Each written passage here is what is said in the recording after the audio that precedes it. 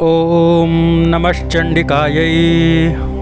श्रीमद्देवी भागवत महापुराण तृतीयः स्कंधः अथ तृतीयोऽध्यायः।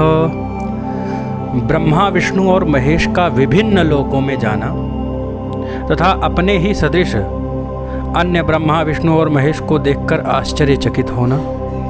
देवी लोक का दर्शन। ब्रह्मोवाच विमानं तन्मनोवेगं यत्र स्थानान्तरे गतं न जलं तत्र पश्यामो विस्मितास्मो वयं तदा। ब्रह्मा जी बोले, मन के वेग से चलने वाले उड़ने वाले वह विमान जिस स्थान पर पहुंचा, वहां जब हमने जल नहीं देखा तब हम लोगों को महान आश्चर्य हुआ। उस स्थान के वृक्ष सभी प्रकार के फलों से लदे हुए कोकिलों की मधुर ध्वनि गुंजायमान थे।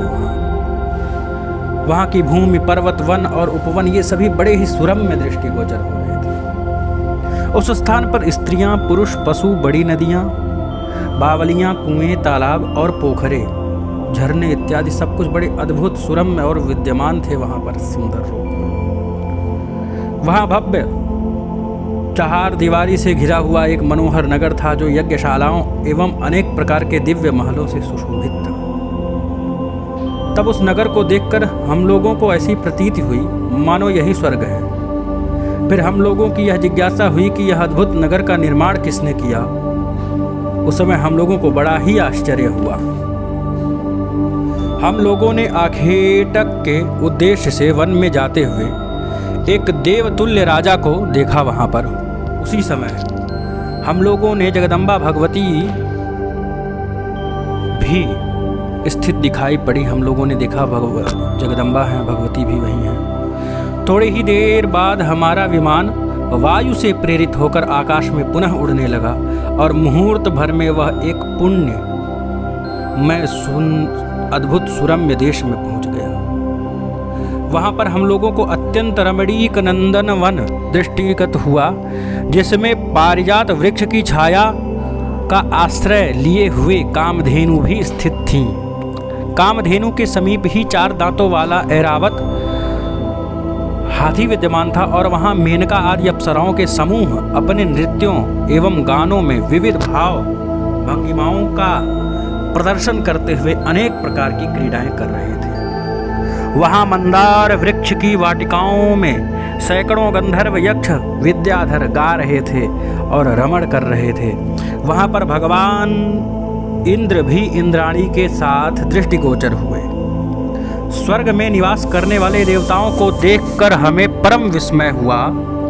वहाँ पर वरुण, कुबेर, यम, सूर्य, अग्नि तथा अन्य देवताओं को स्थित देखकर हम आश्चर्यचकित हुए। उसी समय उस सुसज्जित नगर से वह राजा निकला। देवताओं के राजा इंद्र की भांति पराक्रमी वह धरातल पर पालकी में बैठा हुआ था। वह विमान हम लोगों को लेकर द्रुत गति से आगे बढ़ा। तदनंतर हम लोग अलौकिक ब्रह्मलोक में पहुंच गए। वहां पर सभी देवताओं से नमस्कृत ब्रह्मा जी को विद्यमान देखकर भगवान शंकर एवं विष्णु भी विस्मित हो गए। वहां ब्रह्मा जी की सभा में सभी वेद अपने अपने अंगों सहित मूर्त रूप में विद्यमान थे। साथ ही समुद्र, नदियां, पर्वत, सर्प एवं नाग उपस्थित थे। तत्पश्चात भगवान विष्णु और शंकर ने मुझसे पूछा कि हे चतुर्मुख, ये जो दूसरे सनातन ब्रह्मा दिख रहे हैं, यह कौन है? तब मैंने उनसे कहा कि मैं सबके स्वामी तथा सृष्टिकर्ता इन ब्रह्मा को नहीं जानता। हे ईश्वरों, मैं कौन हूँ, ये कौन है और हम दोनों का क्या प्रयोजन है, इससे मैं भ्रमित हूँ। थोड़ी ही देर में वह पुनः मन के सदृश वेग से आगे की ओर बढ़ा वह विमान। तत्पश्चात वह विमान यक्षगणों के सुशोभित मंदार वृक्ष की वाटिकाओं के कारण अति सुरम्य शुक और कोयलों की मधुर ध्वनि से गुंजित, वीणा और मृदंग आदि वाद्य यंत्रों की मधुर ध्वनि से निनाद करता हुआ सुखदायक तथा मंगलकारी कैलाश शिखर पर पहुँचे। उस शिखर पर जब वह विमान पहुंचा, उसी समय वृषभारूढ़ 5 मुख 10 भुजाओं वाले मस्तक पर अर्धचंद्र धारण किए हुए भगवान शंकर अपने दिव्य भाव से बाहर आए। उसी समय व्याघ्र चर्म पहने हुए, गज चर्म ओढ़े हुए महाबली गजानन गणेश तथा षडानन कार्तिकेय उनके अंग रक्षक के रूप में विद्यमान थे। भगवान शंकर के साथ चल रहे उनके दोनों पुत्र अतीव सुशोभित हो रहे थे। नंदी आदि सभी प्रधान शिवगण जय घोष करते हुए भगवान शिव के पीछे पीछे चल रहे थे। हे नारद, वहाँ अन्य लोगों तथा शंकर को मातृकाओं सहित देखकर हम लोग विस्मय में पड़ गए। मैं संशयग्रस्त होकर के शिखर से वायु गति से लक्ष्मीकांत भगवान विष्णु के वैकुंठ लोक में जा पहुंचा। मैंने वहां अद्भुत विभूतियां देखी। उस अति रमणीक नगर को देखकर भगवान विष्णु विस्मय में पड़ गए। उसी समय कमल लोचन भगवान विष्णु अपने भवन से बाहर निकले। उनका वर्ण अलसी के पुष्प की भांति था। वे पीतांबर धारण किए हुए थे। उनकी 4 भुजाएं थीं। गरुड़ पर बैठे हुए दिव्य अलंकारों से विभूषित थे। भगवती उन्हें चंवर डुला रही थी। लक्ष्मी भगवती। उन सनातन विष्णु को देखकर हम लोग महान आश्चर्य में पड़े। इसके उपरांत परस्पर एक दूसरे को देखते हुए हम लोग अपने अपने श्रेष्ठ आसनों पर बैठे रहे। बाद में वह विमान वायु की ही गति से चल पड़ा। कुछ ही क्षणों में वह विमान मधुर जल वाले, ऊंची ऊंची लहरों वाले, नानाविध जल के जंतुओं से संयुक्त, चंचल तरंगों से शोभायमान अमृत सागर के तट पर पहुंच गया। उस सागर के तट पर विभिन्न पंक्तियों में नाना प्रकार के विचित्र रंग वाले मंदार, पारिजात आदि शुभ सुंदर वृक्ष शोभायमान हो रहे थे। वहां मोतियों की झालरें, अनेक प्रकार के पुष्पहार शोभा में वृद्धि कर रहे थे। समुद्र के सभी ओर अशोक, मैलसिरी, कुबरक आदि वृक्ष बड़े सुंदर सुंदर दिव्य रूप में विद्यमान थे। चारों ओर चित्त को आकर्षित करने वाले केतकी और चंपक पुष्पों की वाटिकाएं थीं। कोयलों की मधुर ध्वनियों से गुंजित वह नाना प्रकार के सुगंधियों से परिपूर्ण था। उस स्थल पर भंवरे गुंजार कर रहे थे। वहाँ का दृश्य परम अद्भुत था। उस द्वीप में हम लोगों ने एक मनोहर तथा अत्यंत अद्भुत पलंग देखा, जो रत्नमालाओं से जड़ा हुआ तथा नाना प्रकार के रत्नों से विभूषित था। उस पलंग पर अनेक प्रकार के रंगों वाली आकर्षक चादरें बिछी थी, जिससे वह पलंग इंद्रधनुष के समान सुशोभित हो रहा था। उस भव्य पलंग पर एक दिव्यांगना बैठी हुई थी। उस देवी ने रक्त पुष्पों की माला पहनकर रक्तांबर धारण किया था। उसने अपने शरीर में लाल चंदन का लेप कर रखा था।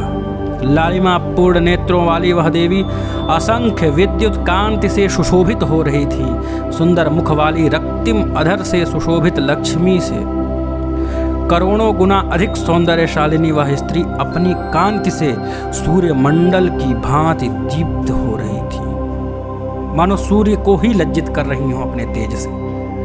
वर, पाश, अंकुश, अभय मुद्रा को धारण करने वाली मधुर मुस्कान युक्त वे भगवती भुवनेश्वरी हमें दृष्टिगोचर हुई, जिन्हें पहले कभी नहीं देखा गया था। हरिंकार बीज मंत्र का जप करने वाली जो पक्षियों का वहाँ समुदाय उनकी सेवा में तत्पर था, वह सब बड़े अद्भुत लग रहे थे। नव यौवन से संपन्न तथा अरुण आभा वाली वे कुमारी साक्षात करुणा की मूर्ति थी। वे सभी प्रकार के श्रृंगार परिधानों से सुसज्जित, उनके मुखारविंद पर मंद मंद मुस्कान विराजमान थी। उनके उन्नत वक्षस्थल कमल की कलियों से भी बढ़कर शोभायमान हो रहे थे। नानाविध मणियों से जड़ित आभूषणों से वे अलंकृत थी। स्वर्ण निर्मित कंकड़, केयूर, मुकुट आदि से सुशोभित वह देवी स्वर्ण निर्मित श्री चक्र के आकार का कर्णफूल है, उसे धारण की हुई है। उनकी सखियों का समुदाय जो है हृल्लेखा तथा भुवनेशी नामों का सतत जप कर रही थी, और अन्य सखियां उन भुवनेशी माहेश्वरी का अनवरत स्तुति कर रही थी। हृल्लेखा आदि देव कन्याओं तथा अनंग कुसुमा आदि देवियों से वे घिरी हुई थी। वे षटकोण के मध्य में यंत्र राज के ऊपर विराजमान थी। उन भगवती को देखकर वहां स्थित हम सभी आश्चर्यचकित हो गए और कुछ देर तक वहीं ठहरे रहे। हम लोग यह नहीं जान पाए कि वे सुंदरी कौन है और उनका क्या नाम है। दूसरे देखने पर दूर से जब देखा जाए तो वे भगवती 1000 नेत्र, 1000 मुख और 1000 हाथों वाली युक्त अति सुंदर लग रही थी। इसमें तनिक भी संदेह नहीं है। सहस्र नयना रामा, सहस्र कर संयुता, सहस्रवदना रम्या, भाति दूराद संशयम्। नाप्सरा नापि गंधर्वी, नेयं देवांगना किल, इति संशयमापन्नास्तत्र नारद संस्थित। हे नारद, हम लोग सोचने लगे कि ये न तो अप्सरा हैं, न गंधर्वी, न देवकन्या, न फिर ये हैं कौन। बड़ा ही संशय रहा। हम लोग खड़े रहे। तब उन सुंदर हास वाली देवी को देखकर भगवान विष्णु ने अपने अनुभव से मन में स्थित करके हम लोगों से कहा, ये साक्षात भगवती जगदम्बा है, हम सबकी कारण स्वरूपा। यही महाविद्या, महामाया, पूर्ण तथा शाश्वत प्रकृति स्वरूपा है। अल्प बुद्धि वाले, गंभीर आशय वाली इन भगवती को सम्यक रूप से जान ही नहीं सकते। केवल योग मार्ग से ही ये ज्ञेय है। ये देवी परमात्मा की इच्छा स्वरूपा तथा नित्य स्वरूपिणी है। इदम अखिलम जगत, अखिल जगत, संपूर्ण संसार यही है। ये विश्वेश्वरी कल्याणी भगवती अल्प भाग्य वाले प्राणियों के लिए दुराराध्य। ये वेद जननी विशाल नयना जगदम्बा सबकी आदि स्वरूपा है। ये भगवती प्रलयावस्था में समग्र विश्व का संहार करती हैं और सभी प्राणियों के लिंग स्वरूप को धारण करके अपने शरीर में ही सभी को समाविष्ट करती हुई विहार करती रहती है। यही भगवती इस समय सर्वबीजमयी ही देवी के रूप में यहाँ पर उपस्थित हैं। इनके समीप करोड़ों विभूतियाँ क्रमशः उपस्थित होती हैं, हमेशा स्थित रहती हैं। वे ब्रह्मा, शंकर आदि जो आप लोग यहाँ उपस्थित हैं, ध्यान से देखिए। दिव्य आभूषणों से अलंकृत, दिव्य गंधानुलेपों से युक्त ये सभी विभूतियाँ इन भगवती की सेवा में मनोयोग से लगी हुई हैं। हम लोग धन्याति धन्य हैं, सौभाग्यशाली एवं कृतकृत्य हैं जो कि हमने इस समय यहाँ भगवती का साक्षात दर्शन किया। पूर्व काल में हम लोगों ने बड़े प्रयत्न से जो तपस्या किया था उसी का उत्तम परिणाम है, अन्यथा भगवती हम लोगों को स्नेह पूर्वक दर्शन कैसे देती। जो उदार हृदय वाले पुण्यात्मा तथा तपस्वी लोग हैं वे ही इनके दर्शन प्राप्त करते हैं, किंतु विषयासक्त लोग इन जगत कल्याण करने वाली भगवती, कल्याणमयी भगवती आदिशक्ति जगदम्बा का दर्शन पा ही नहीं सकते हैं। यही मूल प्रकृति स्वरूपा भगवती परम पुरुष के सहयोग से ब्रह्मांड की रचना करके परमात्मा के समक्ष उसे उपस्थित करती है। हे देवों, यह पुरुष दृष्टा मात्र है और समस्त ब्रह्मांड तथा देवगण दृश्य रूप है। महामाया कल्याणमयी सर्वव्यापिनी सर्वेश्वरी वे भगवती ही इन सबका मूल कारण है। कहाँ मैं, कहाँ सभी देवता, कहाँ रंभा आदि देवांगनाएं, हम सभी इन भगवती की तुलना में उनके लक्षांश के बराबर भी नहीं है। ये वे ही महादेवी जगदम्बा हैं जिन्हें हम लोगों ने प्रलय सागर में देखा था, जो बाल्यावस्था में मुझे प्रसन्नतापूर्वक पालने में झुला रही थी। उस समय मैं एक सुस्थिर तथा दृढ़ वटपत्र रूपी पलंग पर सोया हुआ था और अपने पैर का अंगूठा अपने मुख में डालकर उसको चूस रहा था। अत्यंत कोमल अंगों वाला मैं उस समय अनेक बाल सुलभ चेष्टाएं करता हुआ उसी वटस्य पत्रस्य पुटे शयानम बालम मुकुंदम मनसा स्मरामि, वट के पत्र के दोने में पड़े पड़े खेल रहा था।